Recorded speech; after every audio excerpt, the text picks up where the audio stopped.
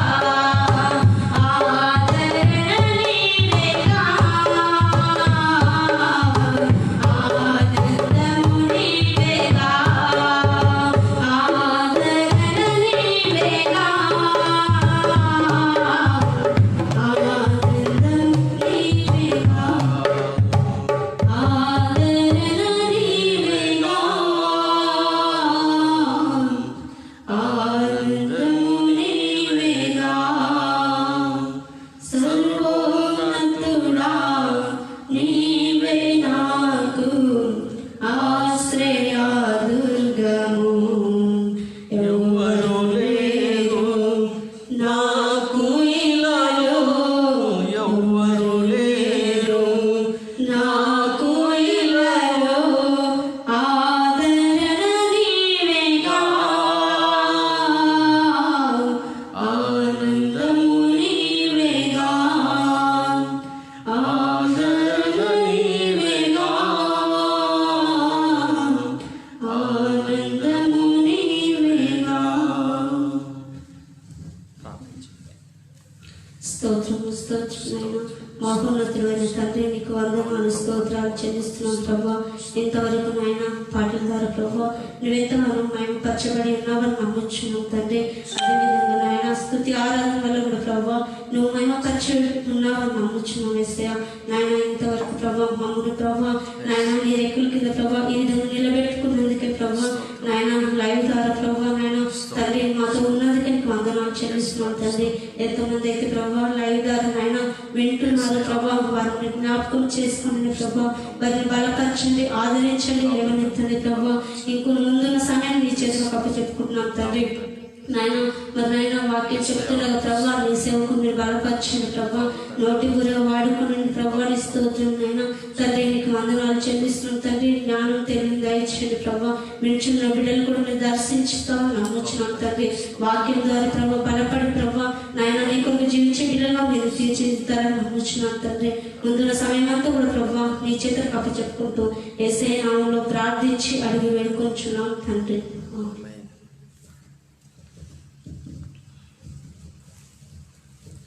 ప్రభునందు ప్రియులారా, దేవుని యొక్క ప్రశస్త నామములో మరొకసారి ఈ పునరుద్ధాన దినాన ఈ లైవ్ కార్యక్రమాన్ని వీక్షిస్తున్నటువంటి మీ అందరికీ పేరు పెరవాల్సిన నా హృదయపూర్వక వందనాలు తెలియజేస్తున్నాను. ఈ సమయంలో మరి తడు చేయకుండా కొద్ది నిమిషాలు దైవ సందేశాన్ని మనం ఆలకిద్దాం.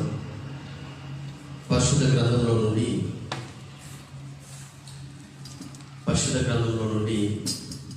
ఈరోజు పేతురు రాసినటువంటి మొదటి పత్రిక మొదటి అధ్యాయంలో నుండి కొద్ది నిమిషాలు దైవ సందేశాన్ని మనందరం కూడా ఆలకిస్తాం. ఈ మొదటి అధ్యాయంలో నుండి దైవ సందేశాన్ని అందించేదానికంటే ముందుగా ఈ పత్రికను గురించిన సంక్షిప్తమైనటువంటి వివరణ తెలియజేయాలని ప్రభు పేరిట నేను మనవి చేస్తున్నాను. ఈ యొక్క పత్రిక గ్రంథకర్త ఎవరు అని చెప్పేసి మనం ఆలోచన చేసినట్లయితే అపోస్తుడైనటువంటి పేతురే ఈ పత్రిక రాసినట్టుగా ఈ మొదటి అధ్యాయం మొదటి వచనంలో మనకు స్పష్టంగా తెలియజేయబడింది. యేసుక్రీస్తు అపోస్తుడైన పేతురు తండ్రి అయిన దేవుని భవిష్యత్ జ్ఞానం బట్టి అని ప్రస్తావిస్తూ చాలా విషయాలు అక్కడ వ్రాస్తూ వచ్చాడు. ఆత్మ వలని పరిశుద్ధత పొందిన వారిని విధేయులకు యేసుక్రీస్తు రక్తం వలన ప్రోక్షింపబడుటకు ఏర్పరచబడిన వారికి అనగా పొంతు, గలతియా, కప్పదోకియా, ఆసియా, బితునియా అను దేశముల యందు చెదిరిన వారిలో చేరిన యాత్రికులకు శుభమని చెప్పి వ్రాయినది మీకు కృప సమాధానం విస్తరించుగాక. అపోస్తుడైనటువంటి పేతురు పత్రికను రాసినట్టు మనకు ఈ యొక్క మొదటి 2 వచనాల్లో మనకు అర్థమవుతుంది. సందర్భం ఏంటని మనం ఆలోచన చేసినట్లయితే ఆనాడు క్రైస్తవులు అనేకమైనటువంటి శ్రమలు, హింసలు వారు ఎదుర్కోవడం ద్వారా వారి ప్రాంతాలను వదిలిపెట్టి అనేక ప్రాంతాల్లో వారు చెదిరిపోయినటువంటి పరిస్థితి. ఆ చెదిరిపోయినటువంటి ఆత్మీయులైనటువంటి వారికి ఈ పత్రిక ద్వారా బలపరుస్తూ రాసినటువంటి మాటలు మనం ఇక్కడ చదువుకున్నాం. అంతేకాకుండా ఇది క్రీస్తు శకం 64-65 ఆ సంవత్సర కాలంలో రాయబడినట్టు వేద పండితులు అభిప్రాయపడుతున్నారు. అంతేకాకుండా ఈ యొక్క గ్రంథంలో 5 అధ్యాయాలు 105 వచనాలు మనకు కనిపిస్తాయి. ఈ పత్రిక యొక్క ముఖ్య ఉద్దేశం ఏంటని మనం పరిశీలన చేస్తే క్రీస్తు నిమిత్తమైన శ్రమలలో దేవుడు అనుగ్రహించే ఆనందాన్ని ప్రస్తావిస్తూ ఈ పత్రిక అంతటిని కూడా ఈరోజు ఈ మొదటి అధ్యాయంలో నుండి కొన్ని విషయాలు మనం జ్ఞాపకం చేసుకోగలిగితే ఈరోజు నా అంశం ఏంటంటే ఈ మొదటి అధ్యాయంలో నుండి ఈరోజు దేవుడు మనం ముందుంచదలసిన అంశం ఏంటంటే శ్రమ పడిన తర్వాత ఘనత లభిస్తుందా? మరొకసారి నా అంశాన్ని ప్రస్తావిస్తున్నాను పిల్లలు. శ్రమ పడిన తర్వాత ఘనత లభిస్తుందా? ఈ అంశం నుండి కొద్ది నిమిషాలు దైవ సందేశాన్ని మనం ఆలకిస్తాం. 11వ వచనంలో కీలకమైన వచనాన్ని మనం జ్ఞాపకం చేసుకోవాలి. ఈ అధ్యాయంలో 11వ వచనం, ఈ రక్షణను గూర్చి పరిశీలించుచు తమ యందున్న క్రీస్తు ఆత్మ క్రీస్తు విషయమైన శ్రమలను గూర్చి వాటి తర్వాత కలగబోవు మహిమలను గూర్చి ముందుగా సాక్ష్యం ఇచ్చినప్పుడు ఆ ఆత్మ ఏ కాలమును ఎట్టి కాలమును సూచించు వచ్చనో దానిని విచారించి పరిశోధించిరి.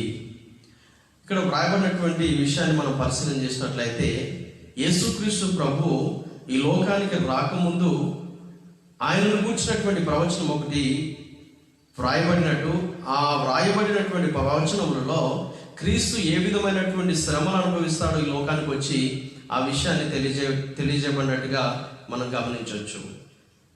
క్రీస్తు ఆత్మ క్రీస్తు విషయమైన శ్రమలను గూర్చియు అని మాట ఉంది ఇక్కడ. అంటే దేవుని ఆత్మ క్రీస్తు ఈ లోకానికి వచ్చి ఏ ఏ విషయాల్లో శ్రమ పడతాడో ఆయన శ్రమలను గూర్చి ప్రస్తావించినట్టుగా మరి ఇక్కడ తెలియజేస్తూ ఉన్నాడు. అసలు యేసుక్రీస్తు ప్రభు ఈ లోకానికి రాకముందే ఆయన ఏ విధంగా శ్రమ పడతాడో ఆ విషయాల్లో ముందే తెలియజేయబడడం అనేది ఇది ఎంతో గొప్ప విషయంగా మనం గమనించవలసిన విషయం. యేసుక్రీస్తు ప్రభువును గూర్చి యెషయా గ్రంథము 53వ అధ్యాయము, యెషయా గ్రంథం 53వ అధ్యాయము 6 నుండి కనుక మనం చదువుకోగలిగితే ప్రియులారా, అక్కడ కొన్ని విషయాలు మనకు స్పష్టంగా తెలియజేయబడ్డాయి. 8వ వచనం వరకు అనుకుంటా. ఒకసారి చదువుకుందాం. మనమందరము గొర్రెల వలె త్రోవ తప్పితిమి, మనలో ప్రతివాడును తనకిష్టమైన త్రోవను తొలగెను. యెహోవా మన యందలి దోషమును అతని మీద మోపెను. ఓకే, అతడు దౌర్జన్యము నొందెను, బాధింపబడినను అతడు నోరు తెరవలేదు. బదకు తేబడు గొర్రె పిల్లయు బొచ్చు కత్తిరించు వాని ఎదుట గొర్రెయు మౌనంగా నుండునట్లు అతడు నోరు తెరవలేదు. అన్యాయపు తీర్పు నొందిన వాడై అతడు కొనిపోబడెను. అతడు నా జనుల అతిక్రమమును బట్టి మొత్తబడెను గదా. సజీవుల భూమిలో నుండి అతడు కొట్టివేయబడెను. అయినను అతని తరుము వారిలో ఈ సంగతి ఆలోచించిన వారెవరు? ఓకే, చదవబడినటువంటి వాక్యంలో మనం గమనిస్తే ప్రియులారా, యేసుక్రీస్తు ప్రభు ఈ లోకానికి రాకముందే క్రీస్తు పూర్వం 7వ శతాబ్దంలో భక్తుడైనటువంటి యెషయా గారు ప్రస్తావించినటువంటి సందర్భం ఇది.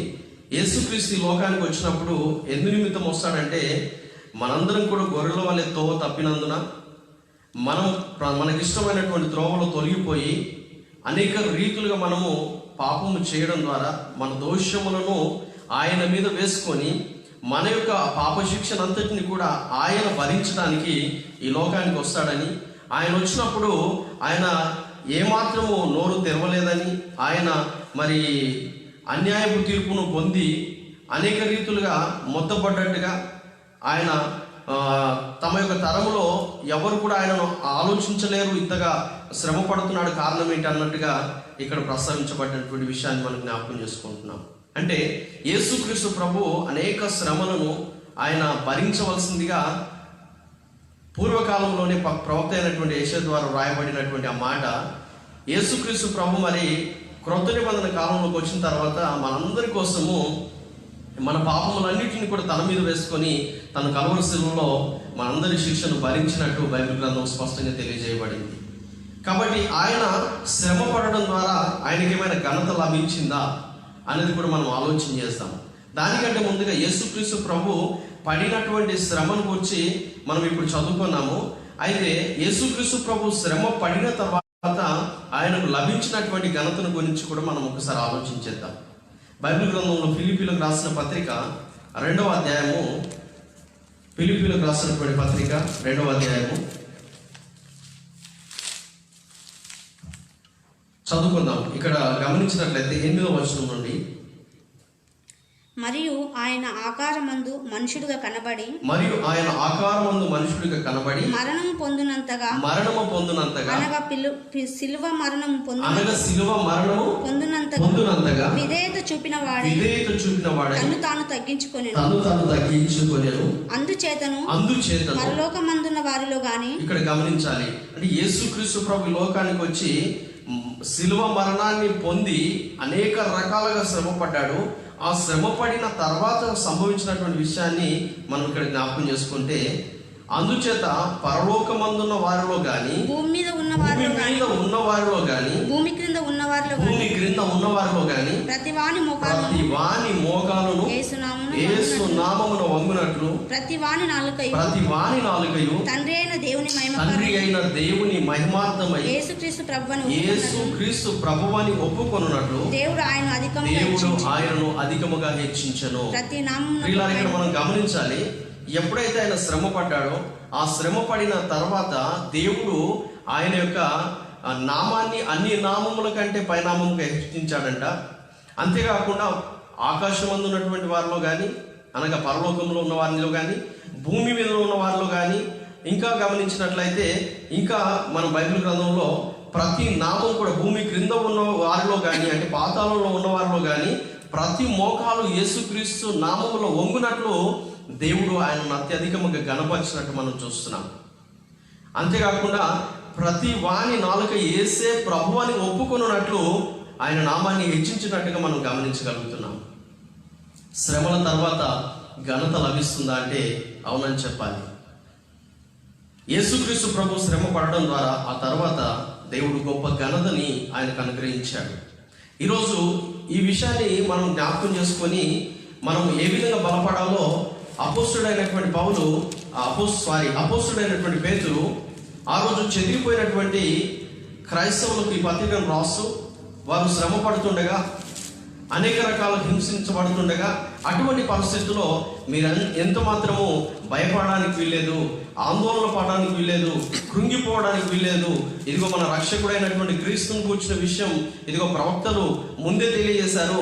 ఆయన ప్రవక్తలు తెలియజేసిన రీతిగానే యేసుక్రీస్తు ప్రభు ఈ లోకానికి వచ్చి మనందరి కోసం ఆయన శ్రమ పడిన తర్వాత ఆయన నామాన్ని తండ్రి అయినటువంటి దేవుడు గొప్పగా హెచ్చించాడు అని చెప్పేసి, ఆయన యొక్క నామమును హెచ్చించడమే కాదు కానీ ఆయన యొక్క సన్నిధిలో పరలోకంలో ఉన్న వాళ్ళు కానీ, భూమి మీద ఉన్న వాళ్ళు కానీ, పాతాళంలో ఉన్న వాళ్ళు కానీ ప్రతి వాని నాలుక యేసే ప్రభు అని ఒప్పుకున్నట్లు, ప్రతి వాని మోకాలు క్రీస్తు ఎదుట వంగునట్లు ఆయనను ఏ విధంగా అయితే హెచ్చించాడో మనం కూడా శ్రమ పడిన పిమ్మట దేవుడు గొప్ప ఆదరణ, సమాధానాన్ని అనుగ్రహిస్తాడని చెప్పడానికి ఇదిగో అపోస్తుడైనటువంటి పౌలు చెదిరిపోయినటువంటి దేవుడి ప్రజలకి ఉత్తరం రాస్తూ వారిని బలపరుస్తూ వచ్చాడు.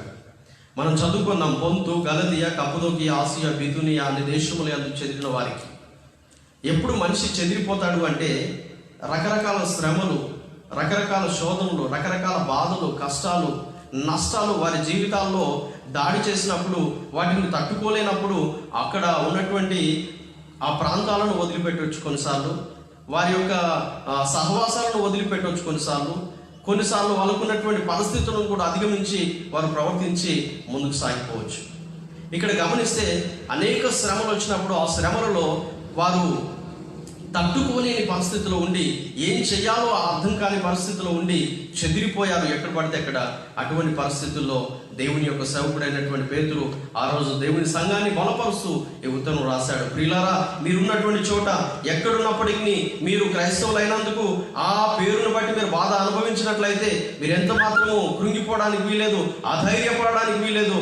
దేవుడు మీకు తోడైనాడు. మీరున్న చోటనే ధైర్యం వహించండి, దేవుడు మీ జీవితాల్లో గొప్ప కార్యం చేస్తాడు అని ఒక గొప్ప ఆదరణ మాటలు ఈ పత్రిక ద్వారా తెలియజేసినట్టు మనం గమనిస్తూ ఉన్నాం. ఈరోజు ఈ మాట వింటున్నటువంటి నా ప్రియ సహోదరి సహోదరులారా, దేవుని నమ్ముకొని ఆయన కోసం ముందుకు సాగుతున్నటువంటి నీ జీవితంలో, నీ కుటుంబాలలో ఒకవేళ భయంకరమైనటువంటి శ్రమలు ఎదురవుతున్నాయేమో, నానా రకాలుగా కష్టాలు అనుభవిస్తున్నావేమో, చెయ్యని తప్పిదానికి కూడా అనేకులు నిన్ను హింసించి దూరనాడుతున్నారేమో, అనేక రకాలుగా నువ్వు కృంగిపోతున్నావేమో, నీ జీవితంలో సమాధానం కరువైపోయి ఎటు చూసినా అసమాధానం ఏర్పడి నానా రకాలుగా నువ్వు ఇబ్బందులు పడుతున్నావేమో.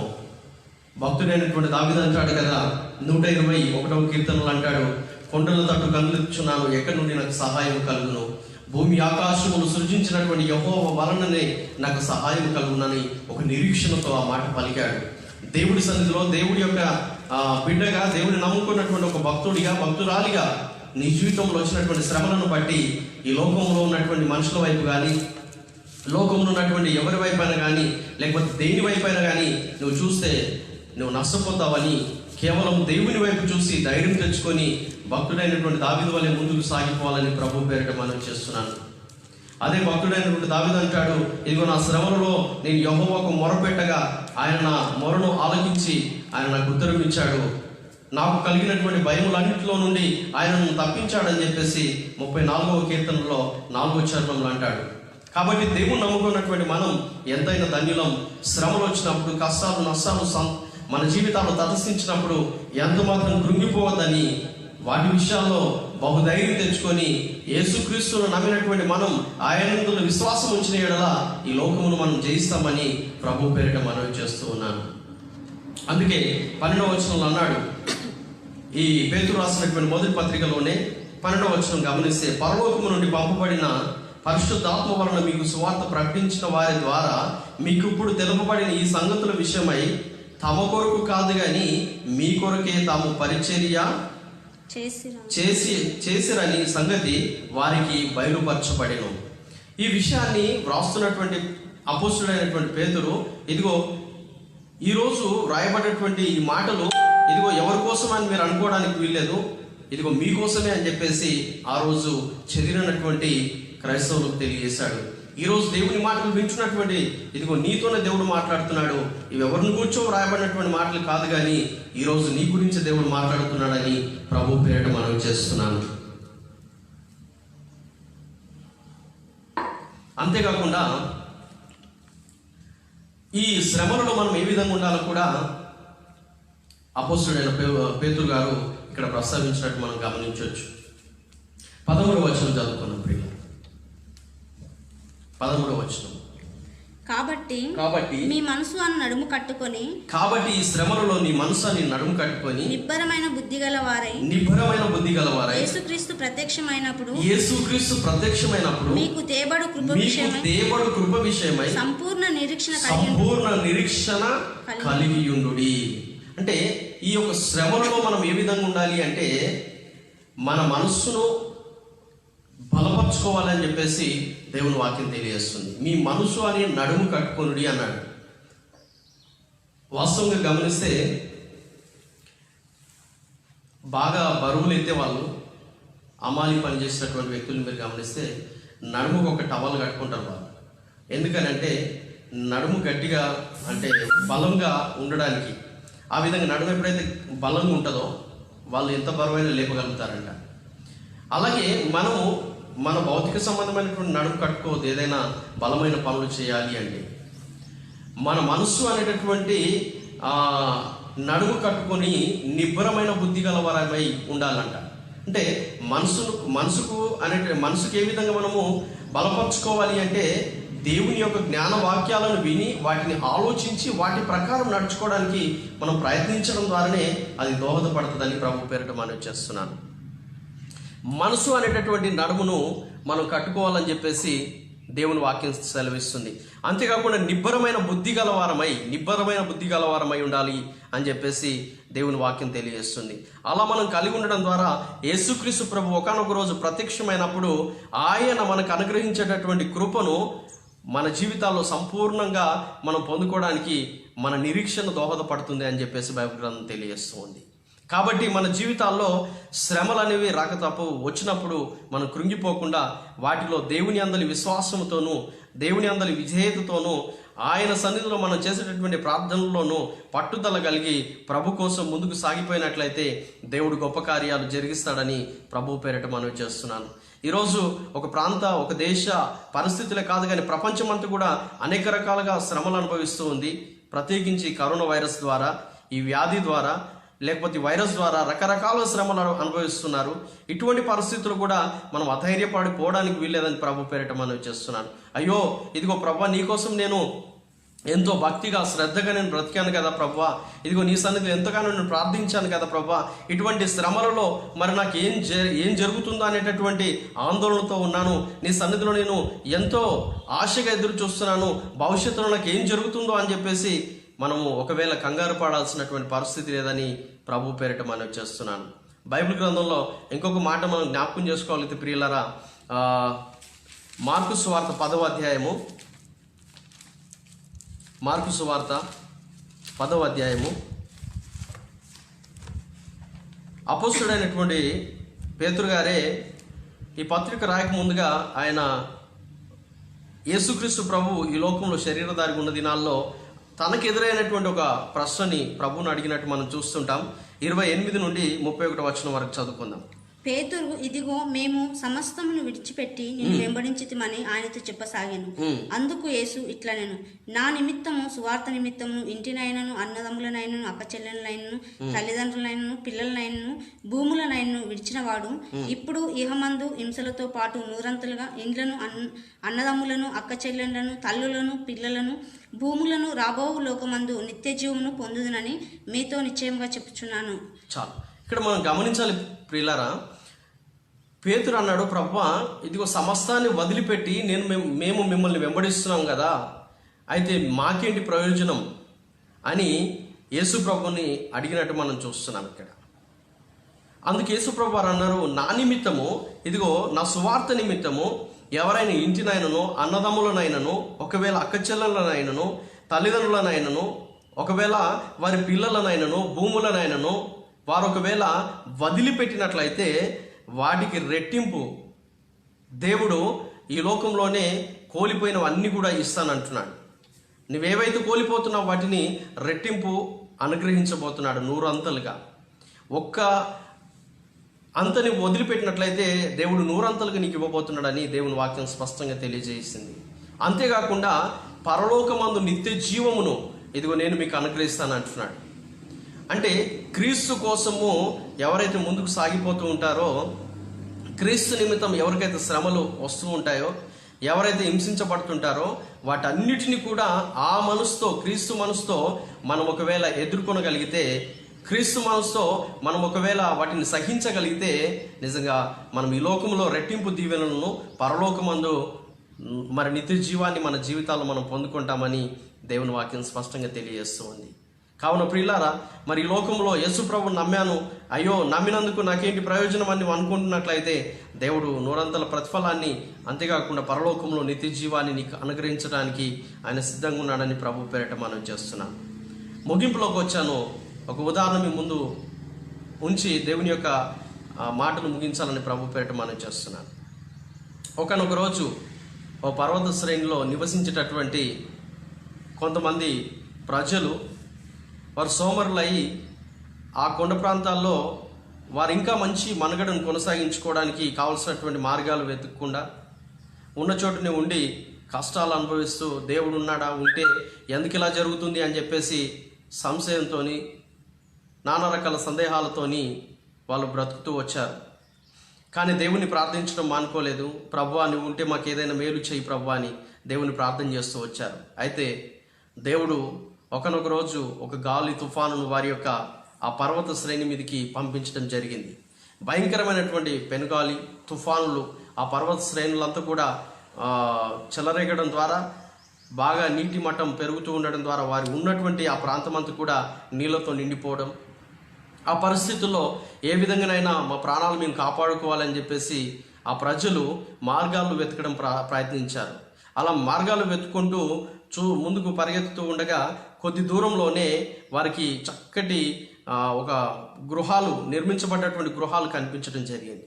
అబ్బా ఎంత బాగున్నాయి, ఇంత మంచి గృహాలు మన ప్రాంతం పక్కనే ఉన్నాయే, ఏనాడు కూడా మనం చూడలేము అనుకుంటుండగా అంతలోనే వారికి చక్కటి పళ్ళ తోటలు కనిపించాయంట.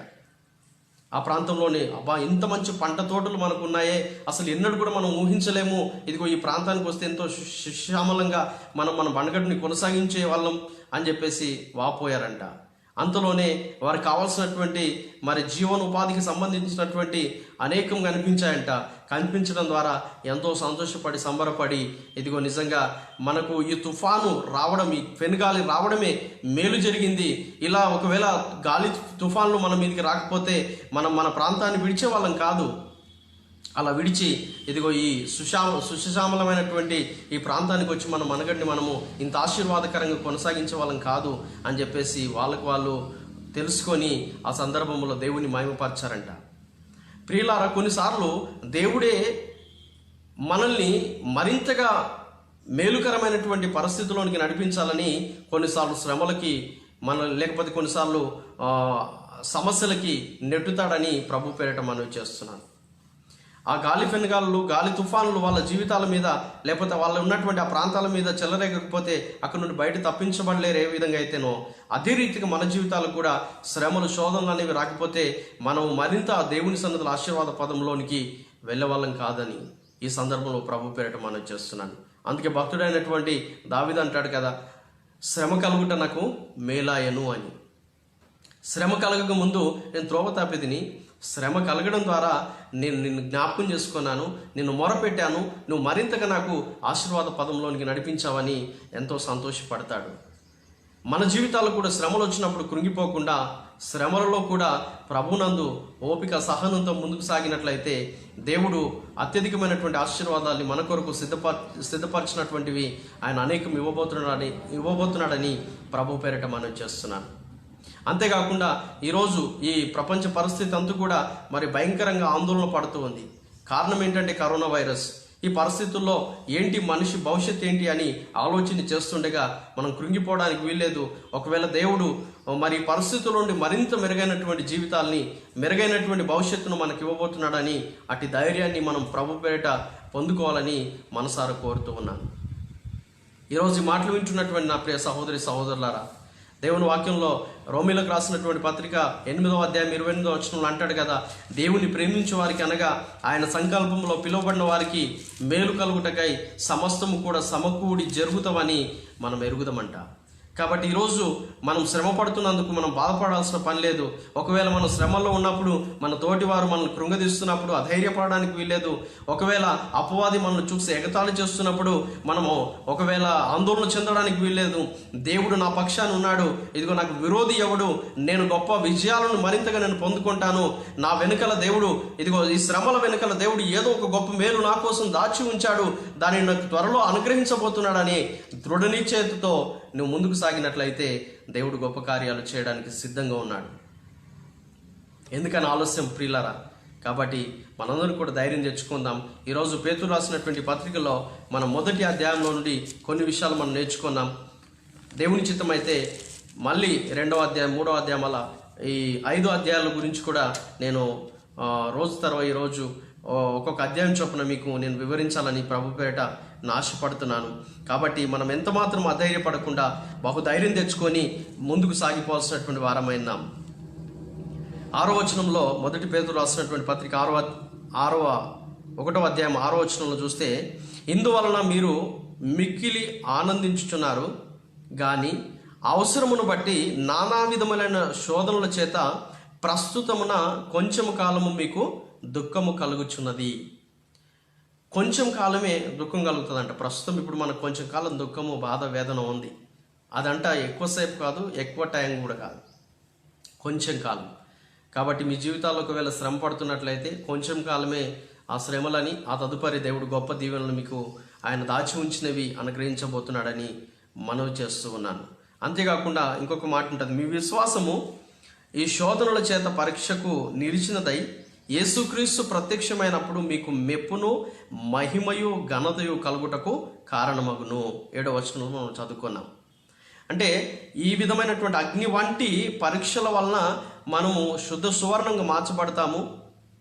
ఈ శోధనలను, ఈ పరీక్షలను మనం జయించగలిగితే దేవుని సన్నిధిలో మెప్పును, ఘనతను ఈ లోకంలో 100 పరలోకంలో నిత్య జీవము మనకు అనుగ్రహించబడుతుందని ప్రభు పేరిట మనవి చేస్తూ నా మాటలు ముగిస్తున్నాను. తల్లో ఉంచుకున్నట్లయితే ప్రార్థన చేసుకుందాం. దయగలిగిన తండ్రి, కృపగల మా దేవ, మీ ఘనమైన నామానికి మరొకసారి కృతజ్ఞతాస్తుతులు, స్తోత్రాలు చెల్లిస్తున్నాను. ఇంతవరకు ప్రభు ఈ లైవ్లో పాల్గొన్నటువంటి ప్రియ బిడ్డల్ని ప్రతి ఒక్కరిని కూడా మీరు బలపరచమని, వారి వారి కుటుంబాలలో ఎవరెవరైతే ప్రభు శ్రమ పడుతున్నారో శ్రమల తర్వాత ఘనత లభిస్తుందని, ఇదిగో ఈ యొక్క అంశం నుండి కొద్ది నిమిషాలు మేము నీ లేఖనాల వెలుగులో నీ యొక్క వాక్యాన్ని ధ్యానిస్తూ వచ్చాం. అందుకు సాదృశ్యంగా మీరే ఈ లోకానికి వచ్చి ప్రభు మా నిమిత్తం శ్రమపడి అయ్యా నా తండ్రి, ఆ తదుపరి ప్రభు గొప్ప ఘనతను పొందుకున్నట్టు లేఖనాలు వర్ణిస్తూ ఉన్నాయి. మేము కూడా శ్రమ పడిన తర్వాత మాకు నువ్వు ప్రత్యక్షమైనప్పుడు ఇదిగో నాయన, అది ఈ లోకంలోనూ పరలోకంలోనూ 100 ప్రతిఫలాన్ని, నిత్య జీవాన్ని మాకు అనుగ్రహిస్తారని మీరు తెలియజేశారు. కాబట్టి నీవు అయ్యా మమ్మల్ని ఎంతగానో ప్రేమిస్తున్నావు నాయన.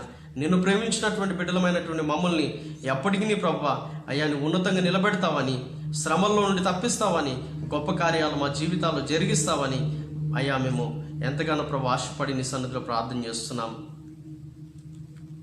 ఈ సమయంలో ప్రభువా ప్రతి ఒక్క బిడ్డ నా తండ్రి వారి వారి కుటుంబాల్లో తండ్రి ఎవరెవరైతే శ్రమ పడుతున్నారో వారి శ్రమల్ని తప్పించి గొప్ప దీవెనలు వారికి అనుగ్రహించమని, వారి నిరీక్షణను ప్రభువా మరింతగా అయ్యా నా తండ్రి బలపరిచి నీ యొక్క పరలోక రాజ్య పౌరులుగా ఈ లోకంలో సాక్షులుగా నిలబెట్టుకోమని, ప్రతి విధమైన ఆటంకాలను ఆటంకపరచ అంధకార శక్తుల ప్రభావం అంతటిని కూడా లయపరచమని, అన్ని విషయాలు నీ అస్సాలకు మమ్మల్ని మేము సమర్పించుకుంటూ నజరేడైన యేసునామం పేరిట ప్రార్థించి వేడుకొంచున్నాను మా తండ్రి. Amen, amen. తండ్రి అయిన దేవుని ప్రేమ, ప్రభు యేసుక్రీస్తు కృప, పరిశుద్ధాత్ముని అన్యున సహవాసం ఇదిగో ఈ లైవ్లో పాల్గొంటున్నటువంటి ప్రతి ఒక్కరికి ఇది మొదలుకొని సదా తోడైనను గాక.